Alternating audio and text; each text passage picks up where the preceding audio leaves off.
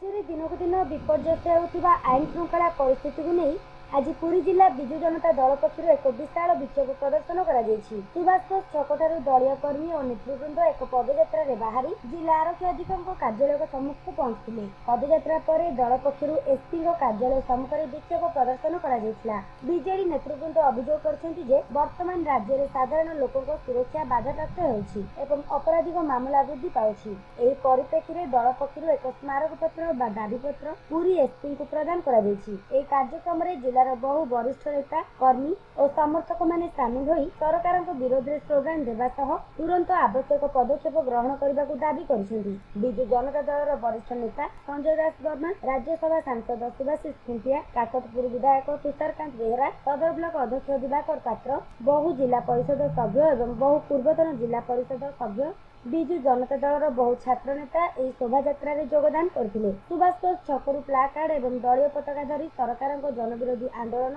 ଏବଂ ବିପର୍ଯ୍ୟୟ ଆଇନ ଶୃଙ୍ଖଳା ପାଥେୟ କରି ଏସପି ଅଫିସ ଘେରାଉ ସହିତ ଜନ ଆନ୍ଦୋଳନ କରାଯାଇଥିଲା। ପୋଲିସ ଓ ବିଜେଡି କର୍ମୀ ଭିତରେ ଧସ୍ତାଧସ୍ତି ଦେଖିବାକୁ ମିଳିଥିଲା।